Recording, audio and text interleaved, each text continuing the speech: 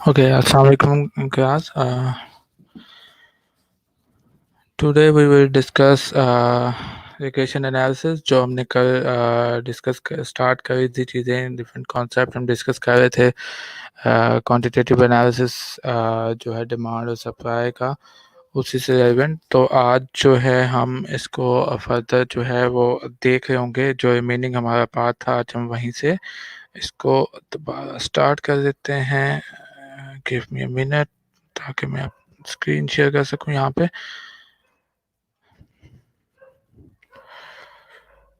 Okay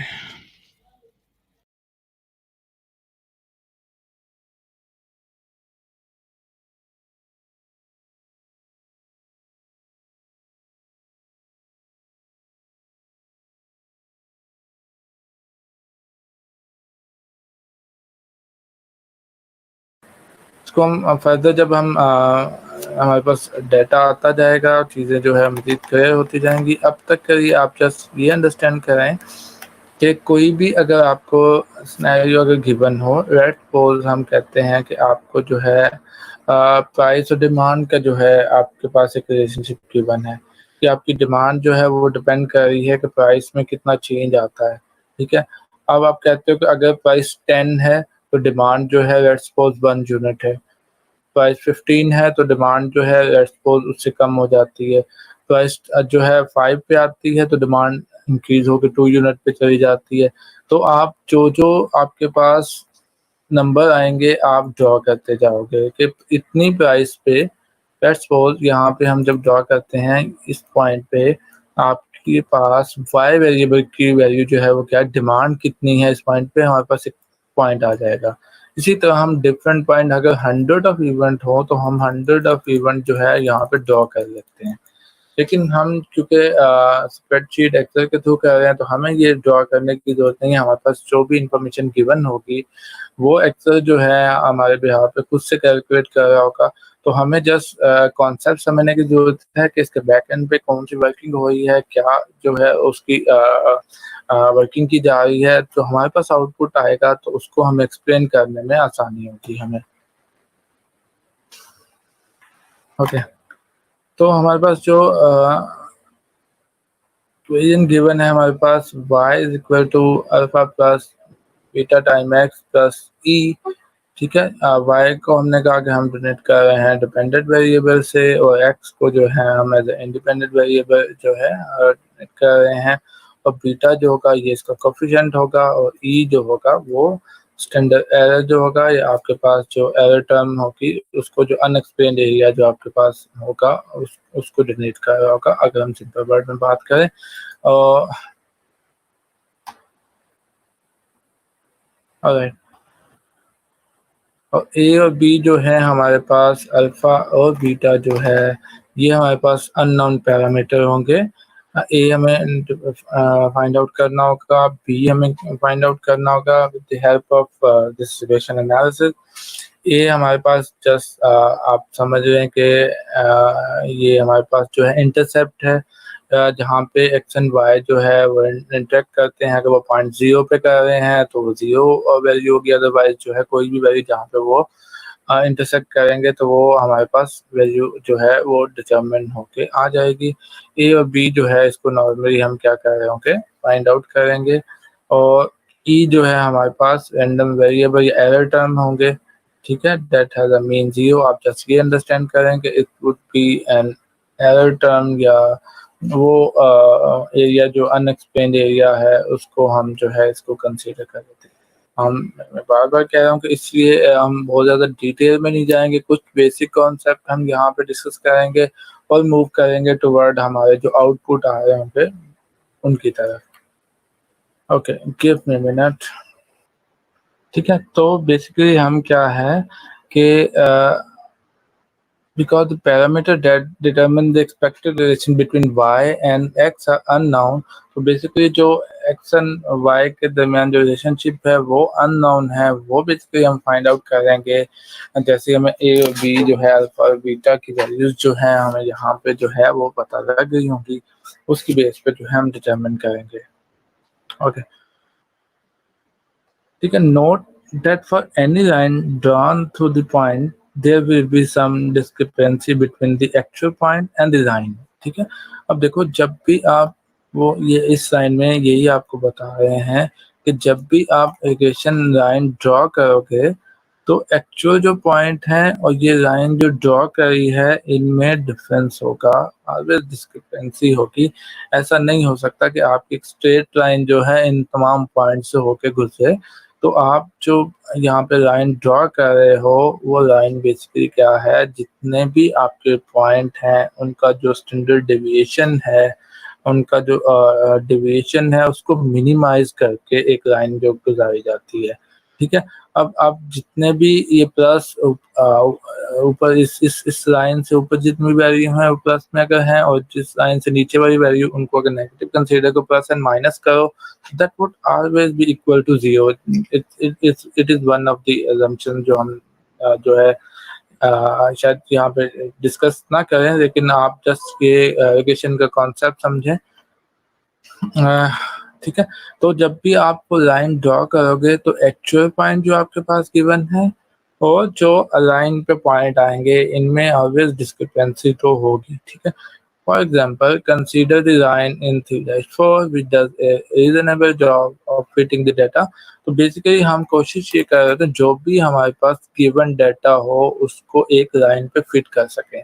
तो actual fitting तो possible नहीं है कि हमारे पास वही, तो हम क्या कर सकते हैं कि हम ट्राई करते हैं कि हम उसको नियर टू द एक्चुअल जो है रीजनेबल जो है हम उसको फिटिंग की तरफ जा सकें, जिसके तो हम उसको एक्सप्लेन कर सकें।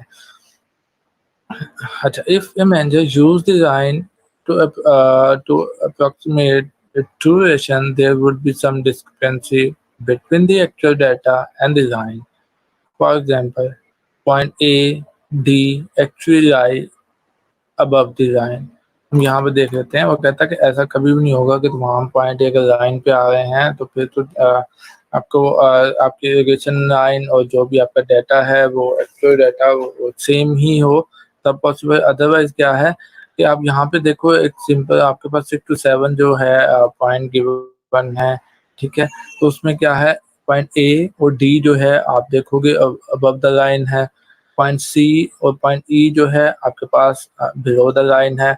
तो ये आपके पास एरर्स में आ रहे हैं, ये आप जो है एक्चुअल पॉइंट नहीं है, वो लाइन से नहीं गुजर है। सिर्फ आपके पास बी और ई पॉइंट जो है वो एक्चुअल जो है आपके उसी लाइन से जो है गुजरे हैं, बाकी जितने भी हैं आपके पास वो एक्चुअल लाइन से जो है होके नहीं गुजरे। तो इसलिए हम कहते हैं कि there is always discrepancy between actual data and the line. ठीक है, जो भी हमारी इरिगेशन लाइन है। तो ये चीज़ें हमने यहाँ पे डिस्कस भी यहाँ पे मेंशन भी की हुई हैं, ये आप देख लीजिएगा। अच्छा, since the line represent the expected or average relation between y and x, these deviation are analogous to the deviation from the mean used to। Okay, ठीक है, यहाँ तक जस्ट ये समझें कि इन दोनों जो अपवर्ड पॉइंट हैं और डाउनवर्ड जितने भी पॉइंट हैं इन दोनों के सेंटर में से एक लाइन गुजरी है जो इन दोनों के डेविएशन को मिनिमाइज करते हुए गुजरेगी। ठीक है, वो लाइन जो है ट्रू प्रेडिक्टर है। इस लाइन की बेस पे हम अपने इंडिपेंडेंट और डिपेंडेंट वेरिएबल को जो है उनमें रिलेशनशिप को डिफाइन कर सकते हैं। ठीक है, तो हम जितने भी रिग्रेशन एनालिसिस कर रहे होते हैं उसमें बेसिकली हम यही कर रहे होते हैं। नॉर्मली अगर हमारे पास जस्ट वन इंडिपेंडेंट और वन डिपेंडेंट वेरिएबल है तो then we have easiest situation that we have right now।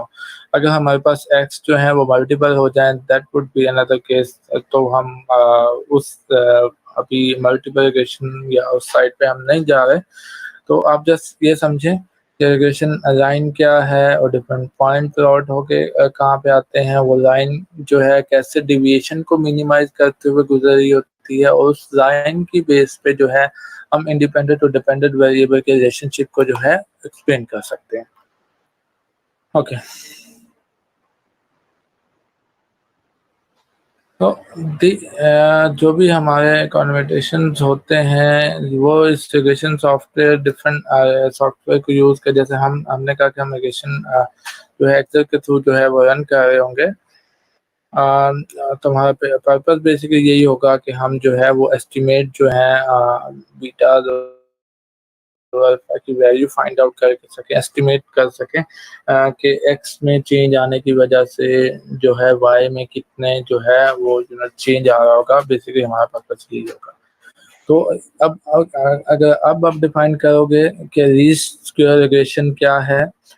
Least square regression क्या है? The line that minimize the sum of square deviation between design and the actual data point। ठीक है, तो ये क्या है? सम ऑफ स्क्वायर डेविएशन है, minimum जो करती है मिनिमाइज। अब यहाँ पे देखो, अगर ये आपके पास डेविएशन पॉइंट गिवन है, ठीक है, अगर डेविएशन ये वाले पॉइंट और ये वाले पॉइंट इनको प्लस माइनस करोगे तो answer would always be equal to 0। तो हम कैलकुलेट करना चाहते हैं इसका कोई ना कोई नंबर हो, तो हम इनको सबसे पहले स्क्वायर में कन्वर्ट करते हैं, फिर इनका सम ऑफ स्क्वायर फाइंड आउट करते हैं इन दोनों को ऐड करके। तो वो नंबर जब हमारे पास मिनिमम आएगा, इसका मतलब ये है कि वो डिविएशन जो डिस्क्रिपेंसी जो है वो मिनिमम है। जिस पॉइंट पे डिस्क्रिपेंसी मिनिमम होगी उस पॉइंट से हमारी जो है वो रिग्रेशन लाइन जो है होके गुजर रही होगी, जिसकी बेस पे हम प्रेडिक्ट करेंगे। तो लीस्ट स्क्वायर रिग्रेशन क्या है? Design that minimise the sum of square deviation between the line and the actual data point. ठीक है, तो एक्चुअल डाटा पॉइंट और लाइन के दरमियान सम ऑफ स्क्वायर जो है उनको मिनिमाइज करती है आपके पास लीस्ट स्क्वायर रिग्रेशन। ठीक है, ओके। फिर हम क्या करेंगे, इसी हम इक्वेशन को हम जो है अल्फा और बीटा को फाइंड आउट करेंगे, एरर टर्म जो है वो क्या है उसको फाइंड आउट करेंगे। इन तमाम चीज़ों को फाइंड आउट करने के लिए हमें कुछ जो है वो डाटा रिक्वायर्ड होगा। उस डाटा को भी हम डिस्कस करेंगे कि कैसे आपको डाटा गिवन होगा, उस डाटा को कैसे आप अगर सिर्फ आप एक्सेल ही की बात करते हो तो वहाँ पे कैसे इंटर कर सकते हो। ठीक है, तो यहाँ पे हमारे पास क्या होगा, जो भी हमारे पास पैरामीटर एस्टिमेट करने हैं वो हम अल्फा हैट और beta hat represent the value of A and B that result in the small sum of the squared error between the line that already have explained whatever the definition is, वही जो है चीज़ यहाँ पे भी explain की हुई है। तो हम क्या करेंगे, एक्सेल को यूज़ करते हुए एक एग्जांपल यहाँ पे गिवन है। For the television manufacturer has data on the price and quantity of the TV. उसके पास जो है एक डाटा गिवन है, price of the TV given है, तो कितनी क्वांटिटी सोल्ड होती है टीवी की लास्ट 10 मंथ का डाटा जो है उनके डिफरेंट आउटलेट पे जो है गिवन है। ठीक है, फिर we use price and quantity as our explanatory independent variable. ठीक है, तो price as a independent variable, explanatory variable, या हम इसको एज अ एक्स जो है वो यूज कर रहे होंगे। ऑन द अदर हैंड हमारे पास क्या है, quantity is given that we would use as a dependent variable or as y। ठीक है, तो y के तौर पे जो है हम इसको कंसीडर कर रहे होंगे। when the data entered in the spreadsheet, how would we enter? I would explain later on। it look like ये डिफरेंट यहाँ पे सेल के एड्रेस गिवन है। अब हम डायरेक्ट मूव कर जाएंगे टुवर्ड हमारा जो है एक्सेल शीट, ताकि मैं वहाँ पे कुछ आपको डाटा गिवन हो। प्राइस का डाटा गिवन होगा एज अ इंडिपेंडेंट वेरिएबल। ठीक है, और आपके पास जो है डिमांड का डाटा गिवन होगा एज अ डिपेंडेंट वेरिएबल। हम उन डाटा दोनों डाटा को यूज करते हुए कैसे जो है कैलकुलेट करेंगे डिफरेंट एस्टिमेट, बीटा एस्टिमेट जो एक्स के बीटा जो है एस्टिमेट जो है हम फाइंड आउट कर रहे होंगे। हम इन दोनों का प्राइस और डिमांड का रिलेशनशिप जो है उसको एक्सप्लेन कर सकेंगे। फिर हम बता सकेंगे कि कितनी प्राइस रखेंगे तो कितने एक्स्ट्रा यूनिट या कम यूनिट जो है वो सेल आउट हो सकेंगे। तो on the basis of this simple analysis we would be able to explain later for the organization। तो हम यहाँ पे एक मैं आपको पहले जस्ट यहाँ पे दिखा देता हूँ। एक्सेल में हमारे पास जो डाटा गिवन होगा, it would be looking like this. We have different observation. ठीक है, फिर हमारे पास डिफरेंट क्वांटिटी का डाटा होगा, क्वांटिटी मीन कि कितने यूनिट सेल आउट होते हैं। और फिर हमारे पास जो है प्राइस का डाटा गिवन होगा कि there would be a certain price जिसके अगेंस्ट इतने यूनिट जो है आपके पास सेल आउट हो रहे हैं। तो हम क्या करेंगे, सबसे पहले हम एक्सेल की एक शीट ओपन करेंगे, उसमें ये डाटा इंटर करेंगे, फिर उस पे जो है हमें रिग्रेशन एनालिसिस अप्लाई कैसे करना है, that would be the case of some later stage, जिसको हम डिस्कस कर लेंगे कि कैसे आप जो है इस पे एनालिसिस कर सकते हैं। तो straight away I would move toward the Excel sheet. I would open one of the Excel sheet. Okay. Okay.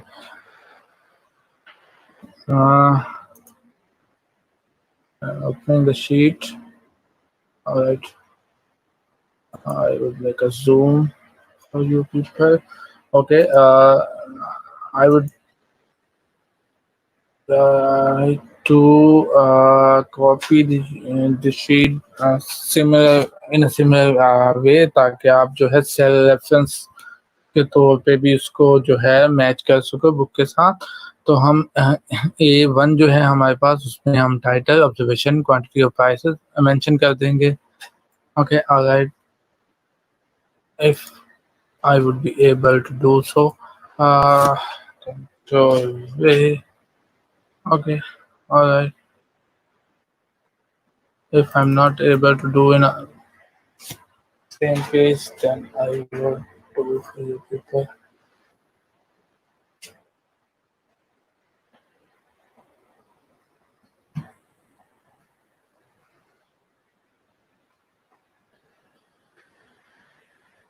I will control X for V. Then I have price. Alright.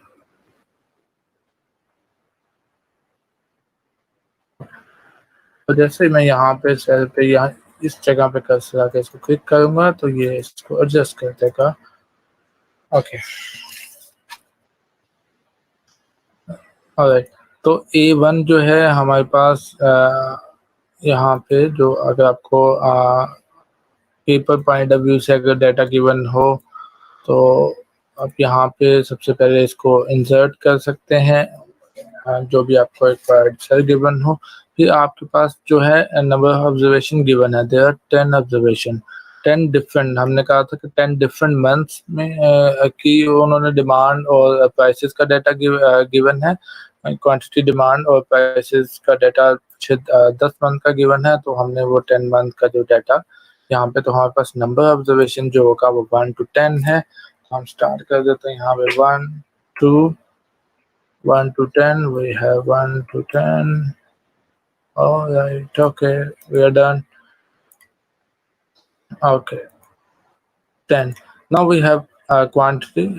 Quantity हमारे पास जो first के against जो given है वो है 180, फिर we have 590, तो हम जो है 180, if I would be able to do it for you people, तो आप एक ही स्क्रीन पे मैं उसको कर दूँ ताकि आप इजी जो है उसको इंटर कर सकें। We have 180, 590, 430, we have 250,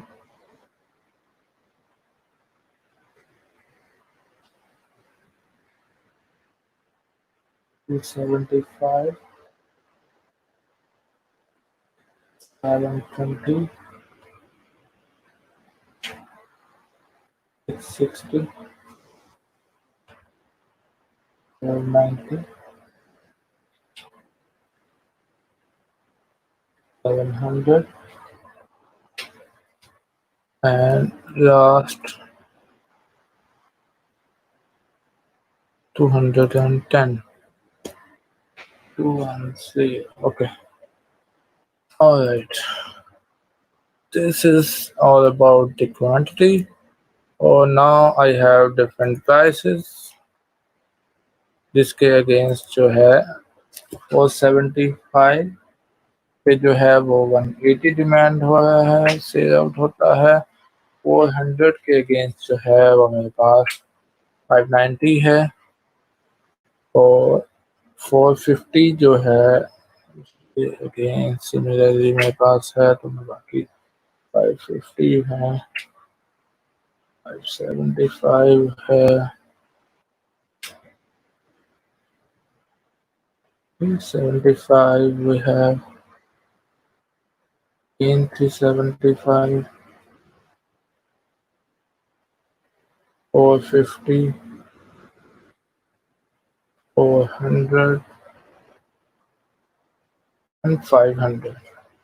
Alright, okay, I'm done with the data. ये जो है हमें इंफॉर्मेशन गिवन थी। Okay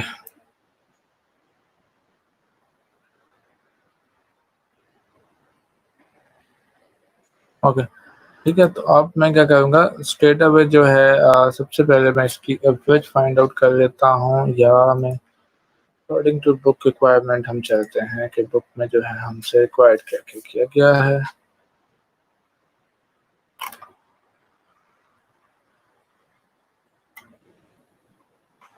okay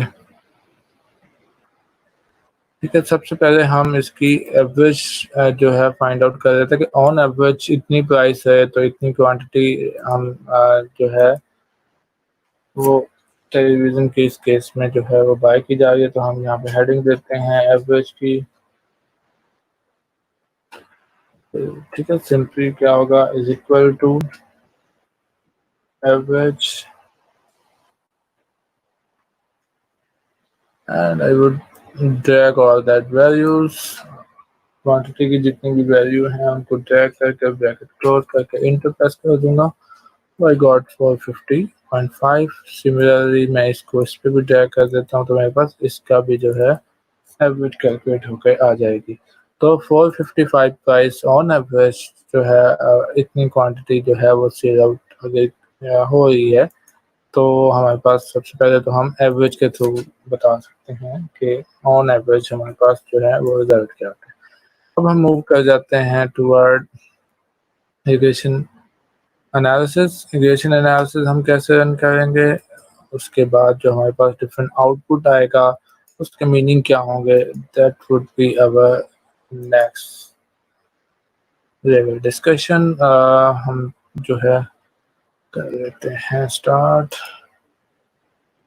okay, to that purpose जो है हमारे पास सबसे पहले हम यहाँ पे डेटा व्यू में जाएंगे।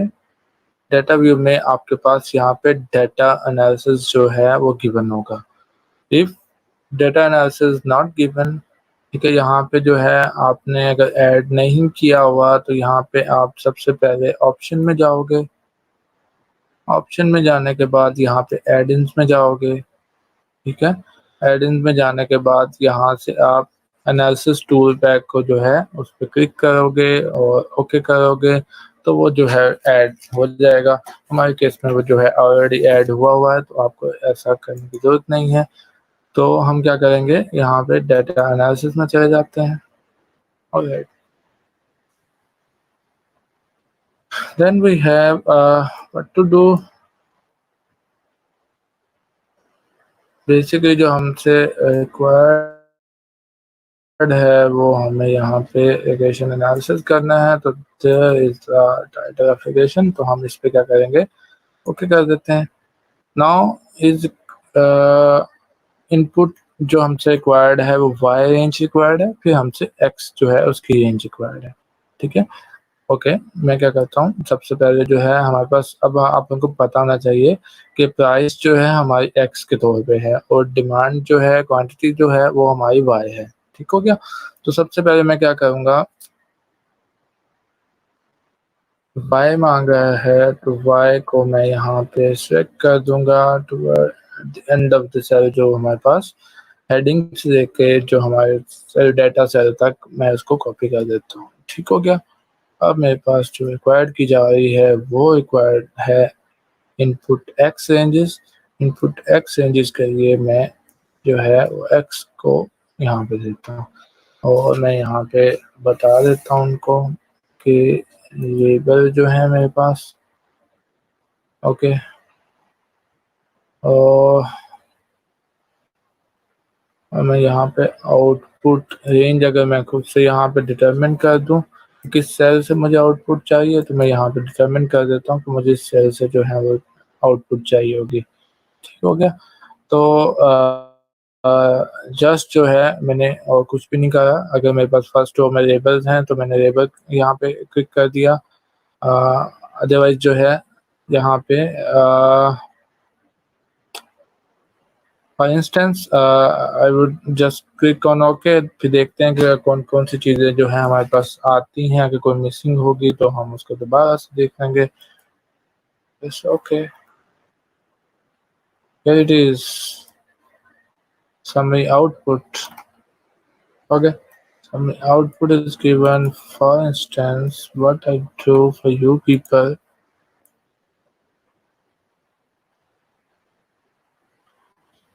Alright,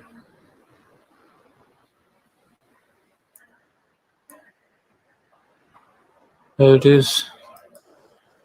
Multiple R. First thing is multiple R. हम यहाँ पे देख लेते हैं हमारे पास जो है multiple R.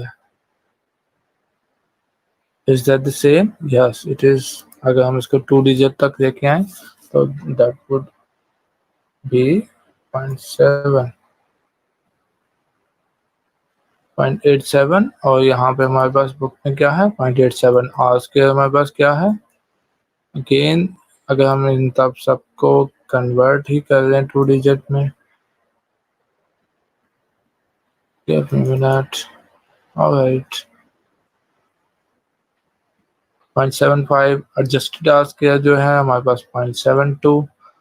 अभी मैं उस डिबेट में नहीं जा रहा कि इनके मीनिंग क्या हैं, क्योंकि वो जब आप वंस आपको कैलकुलेट करना आ जाए उसके बाद फिर मैं आपको एक्सप्लेन भी कर दूंगा ये तमाम चीज़ें हैं क्या। ठीक है, फिर हम एडजस्टेड आस्क के स्टैंडर्ड एरर एंड ऑब्जर्वेशन जो है देख लेते हैं। यहाँ पे we have standard error and observation, then we have analysis of variance.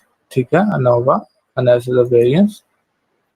Alright, we have different output available. Similar output हमारे पास यहाँ पे है।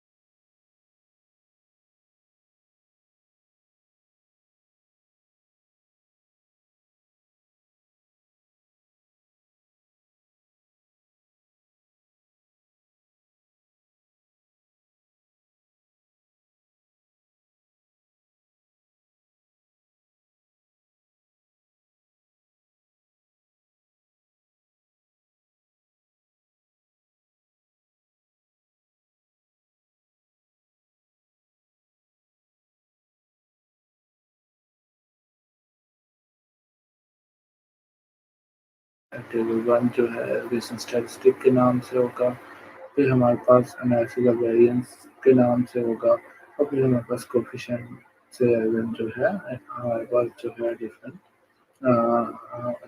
टेबल जो है वो टेबल। हम इन तीनों टेबल में डिफरेंट वेरिएबल्स को डिफाइन करेंगे जो एक मैनेजर के लिए हेल्पफुल होगा। बीइंग अ मैनेजर आप इनको जो है एनालाइज अगर आपको करना आता होगा तो आप सर्टेन डिसीजन जो है वो ले सकोगे ना। ठीक है, तो evaluating the statistical significance of estimated coefficient। अब हम जो है क्योंकि आप इसे रन तो कर लोगे, ठीक है, वो इसमें कोई इशू आई होप कि नहीं होगा। हम जितने भी यहाँ पे एनालिसिस डिस्कस करेंगे, यहाँ पे जो है आपको सेल नंबर जो है गिवन होगा, ये आपको जो है डिफरेंट एरो नंबर है और कॉलम नंबर है, ये आपको सेल जो है A1 A2 इस तरह आपको जो है वो टर्म जो है सही यहाँ पे गिवन होगा।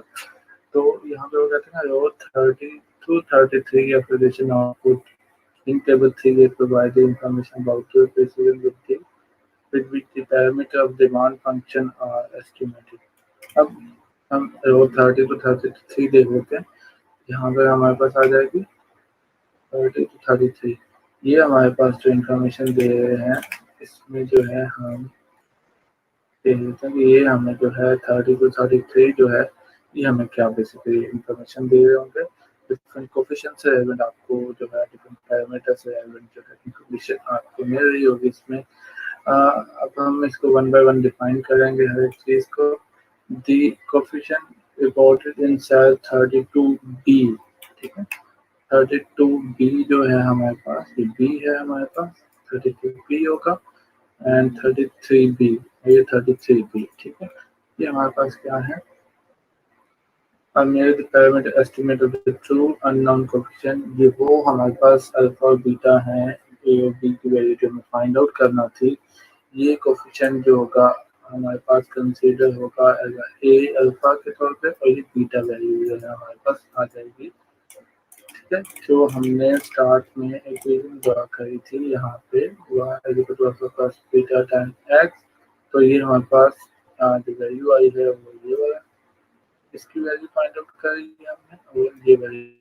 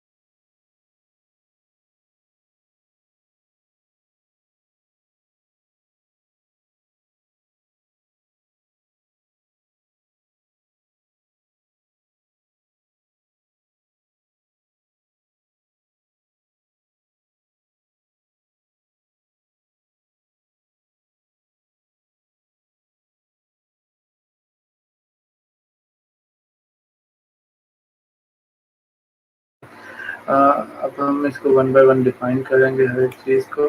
दी coefficient reported in cell 32B, ठीक है।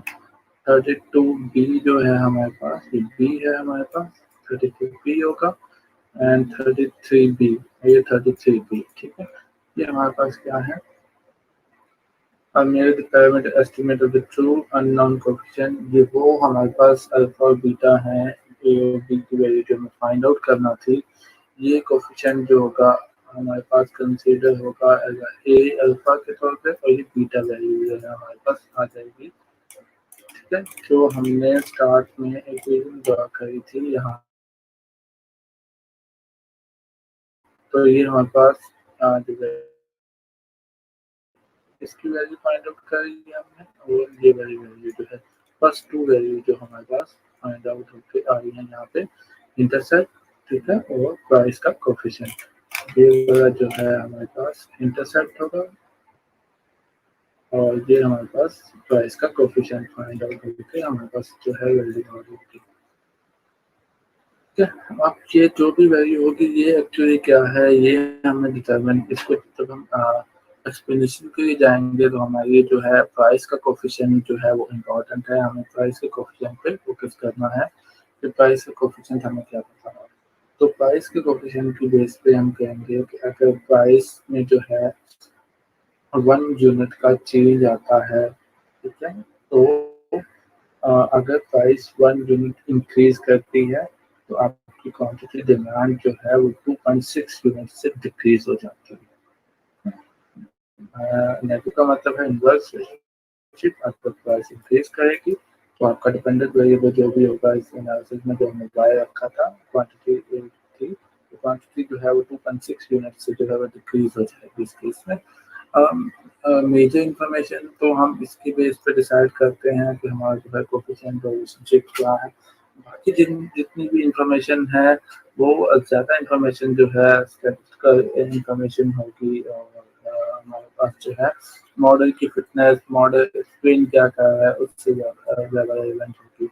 तो बेसिकली हम क्योंकि अभी तो सिर्फ एक ही वेरिएबल है तो हम एक वेरिएबल का कोफिशिएंट देख रहे हैं, जब अगर इसके अलावा मल्टीपल वेरिएबल्स हों तो हमारे पास मल्टीपल वेरिएबल्स के कोफिशिएंट आ सकते हैं ना।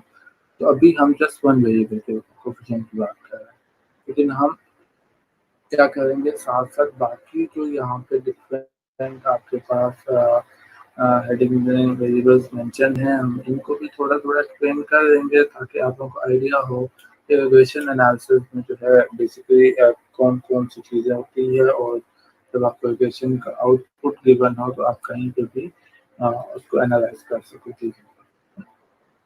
तो मोस्ट इम्पोर्टेंट 32B और 33B स्पेस में जो हमारे पास अल्फा और बीटा है, और बीटा हमने कहा ये कोफिशिएंट हमने जो है पैरामीटर एस्टिमेट करना था, जिसके बेस पे हम जो है वो प्रेडिक्ट कर सकते हैं, हम बता सकते हैं कि प्राइस में अगर इतना चेंज आएगा तो डिमांड में जो है इतना चेंज आएगा। नेगेटिव साइन इंडिकेट कर रहा है कि रिवर्स रिलेशनशिप, अगर यहाँ पे पॉजिटिव साइन होता तो डायरेक्ट रिलेशनशिप यहाँ पे इंडिकेट हो रहा है।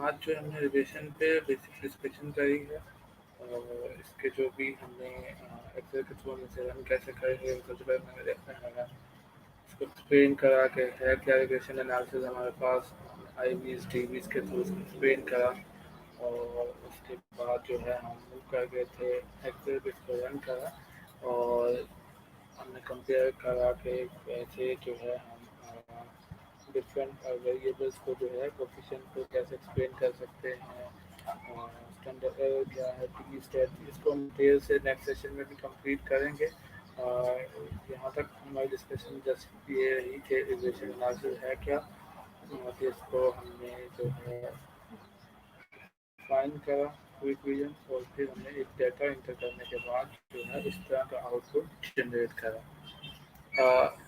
इस आउटपुट में जितनी भी भी करूँगा एक्सप्लेन कर दूंगा यही सेम चीज़ें तो रन करना भी सिखाएं एक्सेल के थ्रू और नेक्स्ट वाला session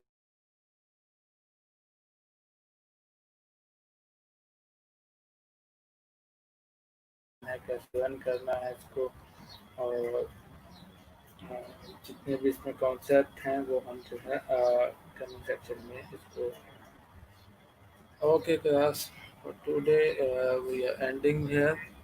Thank you. Allah Hafiz.